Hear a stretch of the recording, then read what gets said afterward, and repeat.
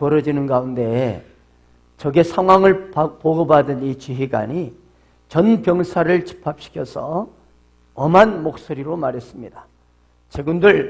제군들의 나라 사랑하는 마음을 나는 믿는다. 지금 보고에 의하면 아군 인원이 모두 1000명, 적군이 1000명. 그렇다. 각자 한 명씩만 처치하면 우리는 승리하는 것이다. 알겠나? 그러자 한 병사가 소리쳤습니다. 장군님, 걱정 마십시오. 저는 2명을 해치우겠습니다. 그러자 옆에 있던 병사도 소리쳤습니다. 장군님, 그럼 전 집에 가도 되죠? 네. 이 부활의 아침, 여러분의 마음속에 이 행복한 웃음이 가득하길 바랍니다. 여러분의 인생이, 가정이, 여러분의 사업장에서 어디든지 웃음이 가득한, 부활이 넘치는 곳에 웃음이 넘칩니다. 아멘. 그런 아름다운 부활의 이 아침이 되길 바라고 또 여러분의 전생애가 되기를 축복합니다.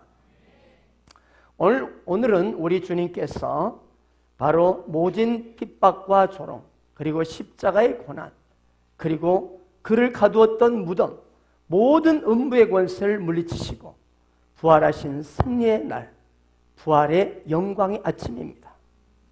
따라서 오늘은 어제의 실패와 아픔을 기억해야 할 시간이 아니라 부활의 기쁨과 내일의 승리를 다시 한번 확신하는 복된 시간이 되시기를 바랍니다. 우리 그리스도인들은 모든 환경과 시대를 역류해서 살아가는 능력이 있습니다.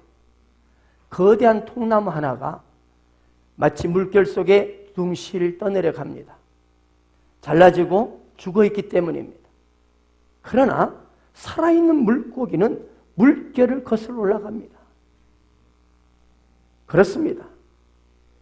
믿음이 죽어있는 성도는 세상 속에서 그냥 떠내려갑니다. 이리저리 떠내려가는 것입니다. 그러나 살아있는 믿음의 성도는 환경을, 상황을 오히려 거슬러 올라가는 것입니다. 시를 역류하는 것입니다. 살아있는 능력이 그에게 있기 때문에 그렇습니다. 모든 악조건을 뒤집는 능력이 있습니다. 그래서 우리 그리스도인들의 별명이 있다면 그건 바로 뒤집기의 명수라는 것입니다. 때로는 넘어질 듯, 패배할 듯 그렇게 하지만 그러나 상황을 반전시키고 역전을 시켜버리는 것입니다. 그 능력이 바로 믿음의 성도에 있다는 말입니다. 이 시간 여러분에게 어떻습니까? 여러분의 지금 행복을 빼앗아가고 기쁨을 빼앗아가는 것이 무엇입니까? 여러분이 슬퍼하고 불행해하는 그 원인과 문제가 지금 무엇이 있습니까? 왜 실패와 좌절과 절망의 그늘에서 한숨을 쉬고 있습니까? 오늘 이 시간 역전의 시간이 다가왔습니다.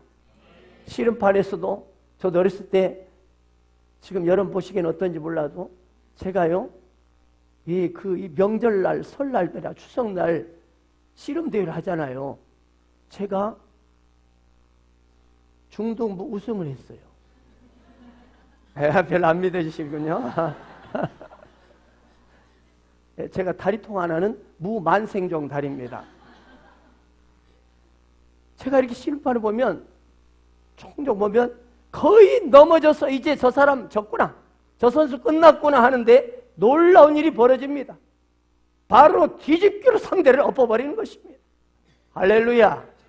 사랑하는 여러분, 우리의 신앙생활은 곧 뒤집기의 역사라고 할 수 있습니다.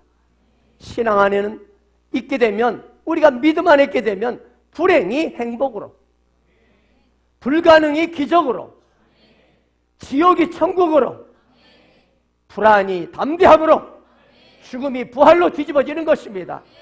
그래서 역사상 최고의 뒤집기 사건이 있다면 그건 바로 우리 주 예수 그리스도의 부활 사건입니다. 오늘 우리 부활주의를 맞아서 이렇게 하나님 앞에 나와서 예배하는 여러분, 여러분의 삶이 부활의 신앙으로 무장돼서 날마다 여러분의 삶에 다가오는 모든 어둠, 슬픔, 고통, 낙심, 절망, 저주, 죽음 모두 다 뒤집기로 엎어버리길 바랍니다. 승리 역사 여러분의 삶 가운데 날마다 일어나기를 축복합니다. 그렇다면 오늘 한번 솔직하게 여러분에게 질문 하나 드려보고 싶습니다. 어떻습니까? 여러분은 정말 진실로 예수님의 부활을 믿으십니까? 주일날 오늘 수많은 교회에서 원근 각처에서 이렇게 교회로 모여서 하나님 앞에 정성스럽게 예배를 드리는 성도들이 있습니다. 많습니다. 그리고 이렇게 예배를 드리는 성도들 모두가 예수님의 부활을 믿지 않는 성도는 없을 것입니다. 그러나 좀 더 깊이 들어가 보면 마음이 아닌 머리로만, 지식으로만 믿는 사람이 있습니다. 교리로는 예수님의 부활을 버젓이 고백하지만 그 고백이 그 사람의 삶의 가치에, 생각에, 인격에, 행동에 그렇게 그것을 좌우할 만큼 능력 있는 고백이 되지 못하고 있다는 것입니다. 그래서 예수를 믿는 것 같은데 사실은 믿지 않는 사람이 있습니다. 부활신앙을 믿는 것 같은데 그러나 가만히 그 속 사람을 깊이 들어가 보면 부활신앙을 믿지 않는 사람이 있습니다. 만일 혹시 이 예배를 드리는 여러분 가운데 이런 분이 계신다면 오늘 이 부활의 아침, 이 부활주일, 이 시간 여러분의 마음속에 있는 부활에 대한 의심, 모든 답답함이 다 씻어버리고 새롭게 회복되는 부활의 신앙의 능력이 임하는 축복의 시간이 되길 바랍니다. 우리가 예수님의 부활하심을 철저하게 믿기 위해서는 결국 우리는 말씀으로 돌아가야 합니다. 아멘. 다른 데서 부활의 신앙을 우리가 회복할 수 없습니다. 오직 말씀에서 우리는 부활의 신앙을 회복할 수 있습니다. 그런데 오늘 읽은 본문 말씀을 통해서 우리는 부활의 신앙을 다시 한번 회복할 수 있습니다. 오늘 본문 말씀은 예수님께서 죽으신 지 이제 사흘 만에, 장사된 지 사흘째 되던 날 이른 아침에 무덤 앞에서 일어난 사건입니다. 그런데 여기에 등장하는 인물 가운데 보면은요, 예수님의 부활을 지금 기대하는 사람은 한 사람도 없습니다. 지금 여기에 지금 예수님 제일 먼저 등장한 사람들이 여인들이 등장합니다. 이 여인들이 어디를 가요? 예수님의 무덤을 향해서 가고 있어요. 그렇다면 이 여인들이 예수님의 무덤을 가는 이유가 지금 예수님의 부활을 기대해서 가고 있습니까? 아닙니다.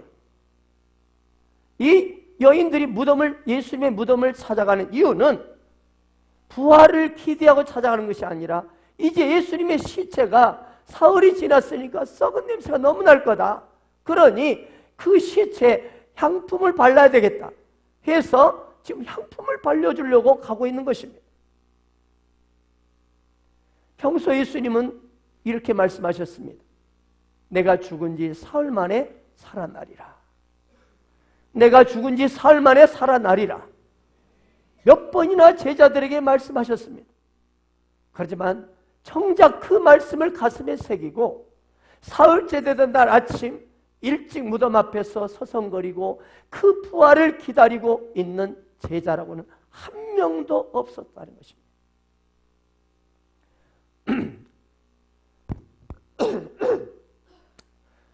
감사합니다. 그러면 오늘 본문에는 예수님의 부활을 전혀 기대하지 않는 인물들이 등장합니다. 믿지 않았던 사람들이고 기대도 안 했던 사람들이. 우리는 이 사실을 주목하시기 바랍니다. 다른 복음서도 마찬가지예요. 다른 마태복음, 누가복음, 요한복음도 마찬가지예요. 만약 그런데 여러분 생각해 보십시오. 이 복음서를 기록한 이 기자들이 예수님의 부활을 믿도록 하고 싶은 그런 욕심, 그런 의도를 가지고 있었더라면 이런 식으로 기록하면 안 되잖아요. 왜? 예수를 믿지 않는 사람들이 나오니까. 자, 그래서 이왕이면 이것을 부활을 믿도록 그렇게 쓰려면 이왕이면 이 사복음서를 쓴 마태, 마가, 누가, 요한이 모여서 입을 맞춰야 될 거 아니에요. 입을 맞추고 우리 이렇게 해서 똑같이 써야 된다. 네 말이 다르고 내 말이 다르면 안 된다. 그런데 여러분 사복음서 읽어보신 분들 아시겠지만 이게 순서나 사건의 내용이 달라요. 순서가 일치되는 게 없어요. 최소한 우리를, 많은 사람들을 이 부활의 그 믿음을 주려면, 납득시키려면 증거를 나열하는 데 있어서 뭔가 좀 일치가 있고 모순이 없어야 되지 않겠습니까? 아멘. 아멘. 근데 지금 순서 사건들이 이렇게 일치가, 고백들이 똑같지가 않아요. 더욱이나 맨 처음 예수님의 부활을 목격한 사람들이 여자입니다. 여인들이에요. 그 당시 여자들의 말은요, 요즘은 여자 말들을 꼭 들어야 합니다. 평생 들어야 할 두 여자의 말이 있다고 그러죠. 아내의 말과 내비의 여자의 말. 이거 꼭 들어야 된다. 안 들으면 너만 손해다. 그래요. 그러나 그 당시는 여인들은 인구 계수에도 포함이 되지 않았어요. 그 당시 여자의 말은 참말도 거짓말로 취급해버리는 그런 시대였습니다.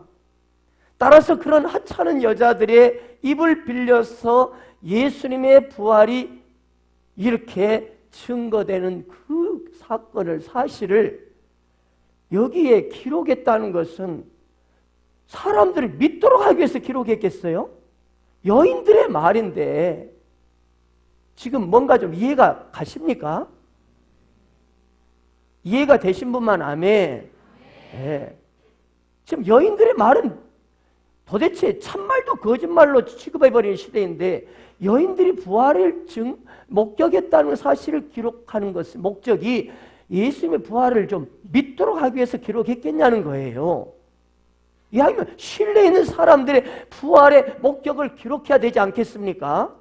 아멘. 그런 면에서 이 사건의, 부활의 사건의 기록은 도저히 이건 사람들로 하여금 의도적으로 부활을 믿도록 그렇게 기록했다고는 의문이 가는 것이죠. 그렇습니다. 단지 자신들이 목격한 사실을 보고 듣고 느낀 대로 기록한 것입니다. 아멘. 이런 하나님의 말씀을 주목해 보면서 더욱 우리가 선명해지는 것은, 아, 그렇구나. 이 부활의 주님은, 그 부활의 사건은 결코 거짓말일 수 없다는 사실을 역설적으로 증명해 주는 것이죠. 믿으려고 하는 사람들이 아닌데도 예수님의 부활하심을 이렇게 증거했다는 사실입니다. 11절에도 보면 여자들이 그 부활의 예수님을 목격하고 예수님이 살아나셨다고 하니까 그 말을 들은 사람들도 듣고도 믿지 않았다고 기록이 되어 있습니다. 자, 11절 한번 볼까요? 11절입니다. 자, 시작. 그들은 예수께서 살아나셨다는 것과 마리아에게 보이셨다는 것을 듣고도 믿지 아니하리라. 믿지 아니하니라. 또 13절을 보십시오. 자, 두 사람의 제자들이 예수님의 부활을 보았고, 그래서 이제 두 사람이 제자들이 전합니다. 13절 보겠습니다. 시작. 두 사람이 가서 남은 제자들에게 알렸을 때 역시 믿지 아니하더라. 자, 통일하게 부활의 사건을 믿지 않았다고 이렇게 기록합니다. 그래서 나중에 예수님께서는 11제자가 있는 방에 나타나셨잖아요. 그러면서 책망을 먼저 하셨어요.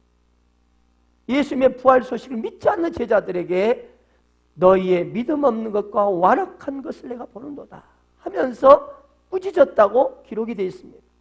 그러므로 이 자리에 혹시 오늘 부활주일 아침에 예배를 드리면서 부활 신앙에 대해서, 예수님의 부활에 대해서 회의적인 그런 분이 혹시 이 자리에 앉아 계신다면 오늘 이 하나님의 이 말씀이 이런 제가 역설적으로 여러분 설명하는 것을 들으면서 이 예수님의 부활을 목격하고 기록한 사람들의 그 기록을 한번 마음을 열어놓고 정직한 마음으로 이 말씀을 대해보시기를 축복합니다. 다시 말하면 이것은 우리로 하여금 설득하려고 이것을 기록한 것이 아니라는 것이죠. 그 당시 분위기로는 이런 부활 사건을 기록한 사람은 남기면 유대인들에게 당장 처형당할 그런 분위기였습니다. 끌려가서 체포당해서 무참하게 그냥 채찍 맞거나 아니면 심지어는 원형 경기장에 끌려가서 사자한테 덜집을 굶주린 사자에게 그냥 찢김 당해야 되는 거예요. 따라서 자기들도 안 믿었다면 어찌 왜 이런 부활 사건을 죽음을 각오하고 기록에 남겼겠냐 하는 것이죠. 동의하십니까? 예수님이 누우셨던 무덤을 봐도 그렇습니다. 무덤이 비어 있었다는 사실입니다. 빈 무덤이 돼서 설명할 길이 없는 거예요. 만약 그러면 시체를 훔쳐갔다 그런 설이 있었죠. 시체 도적설이 있습니다. 별 다 있죠. 그렇다면 시체를 훔쳐갔다면 만약 예수를 죽인 자들이 어떻게 가만히 있었겠어요? 끝까지 찾아내서 그 불안감을 없애려고 했겠죠. 뿐만 아니라 예수님은 부활하셔서 40여일 동안을 사람들을 만나셨습니다. 아멘. 그리고 완전 시리에 빠져서 디베라 바닷가에서 헛구무질하고 있는 이 제자들에게 우리 부활의 주님이 나타나셔서 다시 한번 이 제자들을 만나주시고 용기를 북돋워 주셨습니다. 사명을 다시 일으켜 주셨습니다. 오늘 여러분 중에서도 시리에 빠져있는 분이 있다면 오늘 부활의 주님을 우리 제자들처럼 다시 만나서 다시 한번 용기를 받으시고 하나님 앞에 사명을 되찾는 축복의 날이 되길 바랍니다. 결국 십자가에서 예수님 못 박아 죽인 자들은 할 말을 잃어버렸습니다. 침묵하고 말았습니다. 부활의 사실 앞에서 말입니다. 더 이상 어떻게 할 수가 없었습니다. 또한 대제사장들, 예수님을 죽이는 데 앞장섰던 대제사장들은 예수님의 부활 현장에 있었던 군인들의 입을 뇌물로 틀어막을 수는 있었지만 그러나 예루살렘 골목골목을 다니면서 부활을 목격한 여인들과 제자들의 그 소리를, 그 외치는 소리를 잠잠케 할 수는 없었습니다. 그리고 보십시오. 예수님이요, 십자가에 못 박힐 때 제자들이 어땠어요? 전부 다 그처럼 예수님을 따라다닌 제자들이 걸음아 나 살려라, 죽을까봐 목숨이 위험해서 다 도망쳤습니다. 그런 위인들이었어요. 한마디로 말해서 스승이 그렇게 십자가에 못 박힌데 내 목숨 살겠다고 그냥 나도 모른다, 심지어는 스승인 예수를 저주하면서 맹세하면서 저는 몰라요, 그렇게 저주하고 맹세하면서 도망쳤던 비겁쟁이들이요, 배반자들이었습니다. 왜? 자기 목숨이 두려워서, 자기들도 체포당해서 저렇게 예수님처럼 될까봐 그런 겁쟁이들이었고 그런 배반자들이었습니다. 그런데 보세요. 갑자기 며칠도 지나지 않은데 확 돌변해버린 것입니다. 전에는 숨고 도망다니고 죽을까봐 전전긍긍하던 이들이 불과 며칠 사이에 세상에 누구한테 나타나요? 버젓이 자기들을 체포하러 다녔던 대제사장과 서기관들 앞에 나타나면서 뭐라고 하느냐? 예수 그리스도는 구주시라. 예수 그리스도는 무덤에서 살아나셨다. 할렐루야. 우리가 바로 그 증인이다. 이렇게 막 외치는 겁니다. 사도행전 2장 32절에 그 말씀이 기록되어 있습니다. 이 예수를 하나님이 살리신지라 우리가 다 이 일의 증인이로다. 사랑하는 여러분, 왜 이렇게 그렇게 죽음이 무서워서 도망쳐 갔던 출행낭쳤던 이들이 갑자기 180도로 며칠 사이에 돌변했습니까? 두려움, 겁쟁이, 배반자들이 왜 이렇게 영감묵상하게 뒤집기로 나타났습니까? 바로 부활의 주님을 만났기 때문입니다. 그래서 그들은 우리도 예수님처럼 죽이면 우리는 부활한다, 이런 확신이 있었기 때문에 죽이면 죽여라, 죽이려면 죽여라, 예수 그리스도는 부활하셨다, 우리가 바로 그 증인이다, 예수 그리스도가 메시아시다, 목숨을 걸고 담대히 복음을 증거했던 것입니다. 그렇게 해서 죽으면 죽으리라. 왜? 부활의 영광이 있기 때문에. 부활의 영광을 확신했기 때문에 그들이 이 예루살렘뿐만 아니라 전 유대 지역을 넘어서서 수많은 곳에 돌아다니며 바로 부활의 예수를 외칠 때 많은 거룩한 성도들이 드디어 모이기 시작해서 교회가 시작되었던 것입니다. 할렐루야. 사랑하는 여러분, 예수님의 부활이 거짓말이라면 어떻게 수천 수만 명의 사람들이 모여서 그렇게 예수님을 찬양하고 심지어 사자가 이 발을 다 뜯고 몸뚱이를 뜯는데도 불구하고 예수님을 찬양하고 그렇게 주님 앞에 그렇게 감격으로 해같이 밝은 모습으로 그렇게 하겠습니까? 바로 부활의 신앙이 있었기 때문이었습니다. 사랑하는 여러분, 그렇습니다. 부활 사건은 꾸며낸 이야기도 아니고 기독교가 말하는 어떤 전설도 아닙니다. 전설 따라 삼천리가 아닙니다. 예수님의 부활은 사실입니다. 그럼 우리는 철저하게 예수님의 부활을 믿어야 하는 것입니다. 그 자에게 하나님의 축복이 많은 것입니다.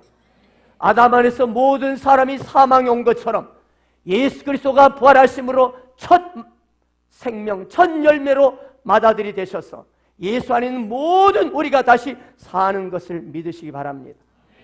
예수님의 부활이 나의 부활임을 믿으시기 바랍니다. 썩은 것으로 썩을 것, 어차피 썩을 육체로 심고 썩지 않을 영생으로 부활하는 것을 믿으시기 바랍니다. 욕된 것으로 심고 영광스러운 것으로 다시 사는 놀라운 부활의 축복을 믿으시기 바랍니다. 이런 믿음, 부활의 신앙이 내 가운데 나를 장악하게 될 때에 내 삶의 전령에게 내가 가는 곳마다 영향이 미치기 시작합니다. 달라지기 시작합니다. 나의 생각과 방향, 행동, 가치, 구석구석마다 부활의 믿음이 영향을 미치기 시작하는 것입니다.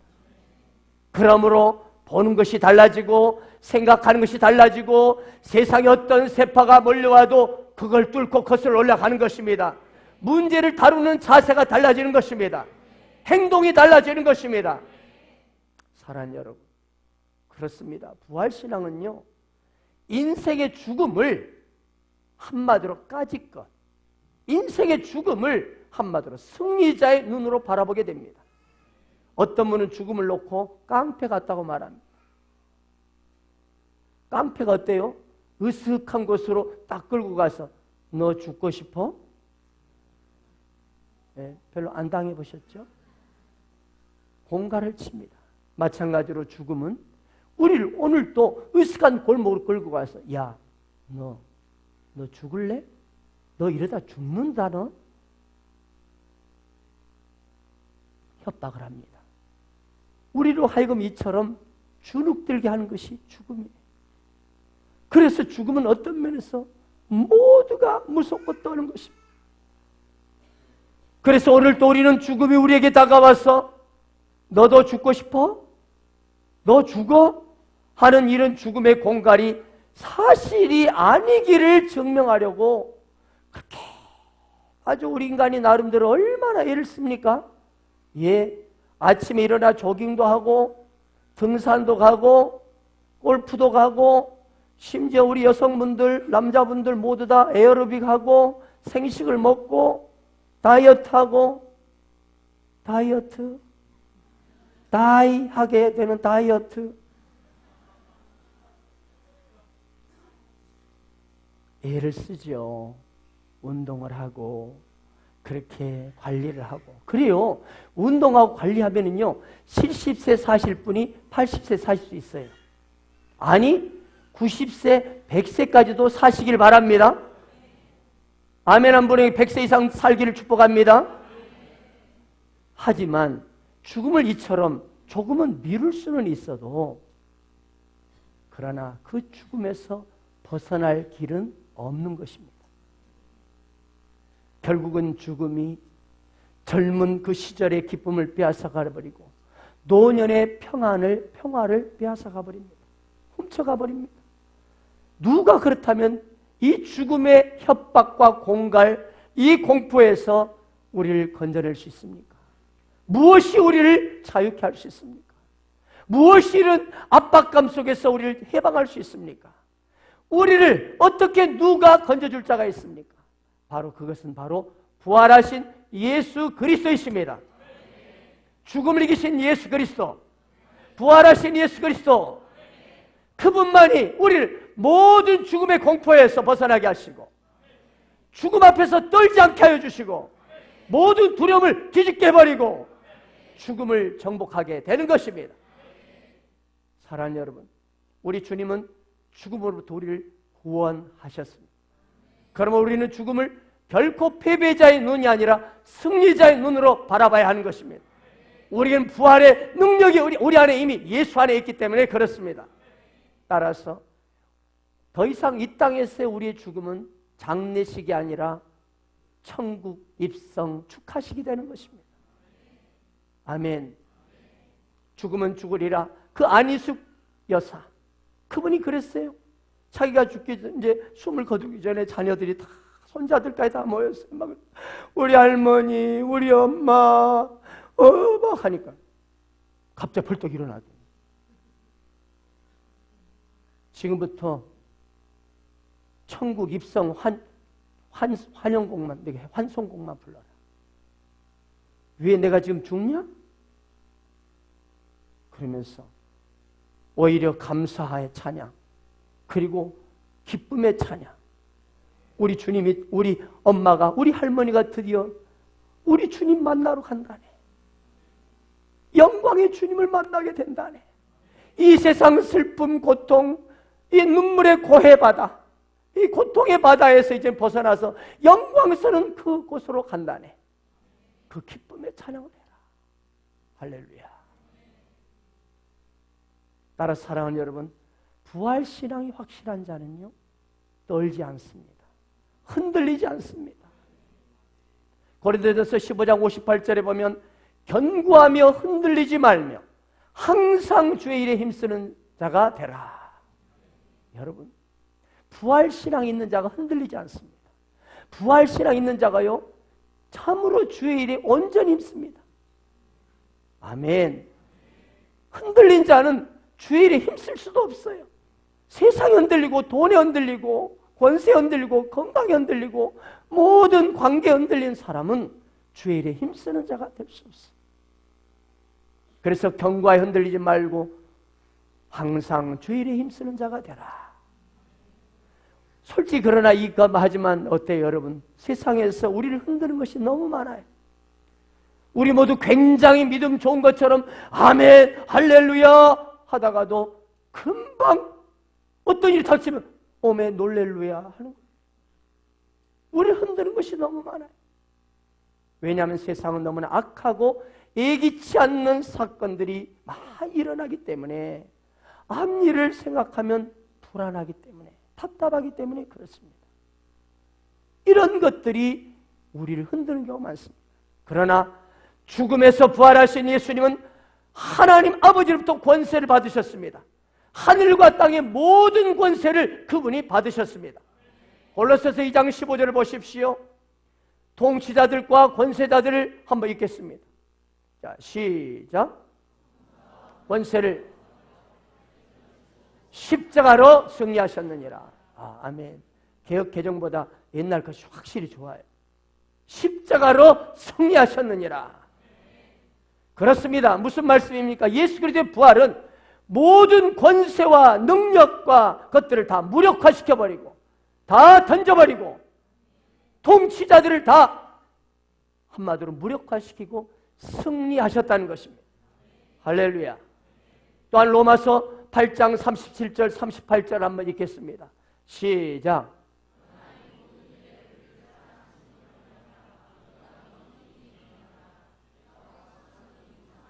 생명이나 천사들이나 권세자들이나 현재이나 장래이나 능력이나 높음이나 기쁨이나 다른 아무 비점이라도 우리를 우리 주 그리스도 예수 안에 있는 하나님의 사랑에서 끊을 수 없으리라. 끊을 수 없으리라. 사랑하는 여러분, 우리를 그 누구도 우리 그리스도의 사랑, 하나님의 사랑에서 끊을 수 없습니다. 부활하신 주님이 함께 하시기 때문입니다. 따라서 어떤 그 누구도, 어떤 대적도, 어떤 위기도 우리를 끊을 수 없습니다. 끊을 수 없는 하나님의 사랑으로 하나 된 존재가 되었습니다. 그러므로 부활의 주님을 의지하고 흔들리지 마십시오. 흔들리지 마십시오. 떨지 마십시오. 부활의 주님을 믿는 사람은 결코 떨지 않습니다. 흔들리지 않습니다. 우리 주님은 정진실로 부활하셨습니다. 인도의 성자 썬다싱이요, 영국을 방문했을 때 많은 사람들이 질문했어요. 이런저런 질문하는 가운데 한 대학 교수가 이 썬다싱에게 질문합니다. 썬다싱 선생, 당신은 어찌해서 조상 대대로 내려오는 전통적인 힌두교를 버리고 예수를 믿소? 어째서 예수를 믿소? 그러자 썬다싱은 서슴없이 대답했답니다. 예, 예수님께서 부활하셔서 영원히 살아계시고 그 부활하신 주님이 나와 함께 계시기 때문입니다. 할렐루야. 나는 비록 못됐고 연약하고 도저히 인생이 죽을 수밖에 없는 인생이지만, 그러나 내 안에 계신 예수 그리스도, 부활하신 예수 그리스도, 그 부활의 생명이 내 안에 계시기 때문에 나도 더불어서 부활의 영광 가운데 가는 것이다. 그러므로 내가 힌두교 던져버리고 오직 예수 그리스도를 내가 믿게 된 것이요. 사랑하는 여러분, 그렇습니다. 부활의 신앙은 죽음을 보는 눈이 바뀝니다. 승리의 자의 눈으로 바뀌는 것입니다. 담대한 것입니다. 부활신앙은 이 세상 그 무엇이 나를 흔들어대도, 흔들려고 해도 흔들리지 않습니다.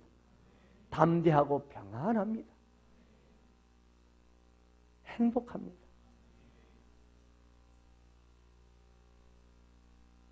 어제 결혼식장에 내가 오늘 홈커밍 데이에 하나님이 한 명의 영혼을 붙여주길 기대하고 갔습니다. 토요일은 제일 너무나 목회자기는 가장 정말 시간이 필요한 날이지만 한 영혼을 해서 갔습니다. 그런데 놀랍게도 40여 년 만에 만난 초등학교 동창들이 한 40명 와 있었습니다. 43년 만에 초등학교 졸업하고 처음 만난 거예요. 그 중에 40여 명 중에 중간에 만난 사람은 딱 2사람밖에 없어요. 그런데 쫙 대화를 나누면서요, 세상에 이 40여 명 중에 가장 행복한 사람이 누구냐? 바로 나구나. 그들 가운데는 회계사도 있고 뭐 세무사도 있고 사장도 있고 뭐 여러 가지 있대요. 그러나 그들 이야기를 들으면서 그들 밑바닥의 대화 속에 그늘이 있고 불안이 있고 두려움이 있어요. 근심이 있어요. 야, 정말. 그래서 내가 담대하게, 야, 너희들, 나는 별 볼 일 없는 목회자인 줄 너희들 생각할지 모르겠지만 나 한 가지는 너희들보다 나는 가장 행복하다. 그러면서 그렇게 보인대요. 할렐루야. 왜 그렇습니까? 제게는 부활신앙이 있기 때문에 그렇습니다. 그 부활의 은혜가 있기 때문에 그렇습니다. 사랑하는 여러분, 오늘 이 부활의 아침, 이 부활주일 아침, 여러분에게 놀라운 부활의 신앙의 은혜가 임해서 이 부활의 아침부터 새롭게 여러분 모두가 이 부활의 능력과 신앙으로 충만히 믿음이 임하심으로 여러분의 인생, 여러분의 가정, 여러분의 사업장, 여러분의 직장, 여러분의 일터에서, 캠퍼스에서 여러분 인생에 날마다 기쁘고 즐겁고 행복한 아름다운 삶이 되시기를 주 예수의 이름으로 축원합니다.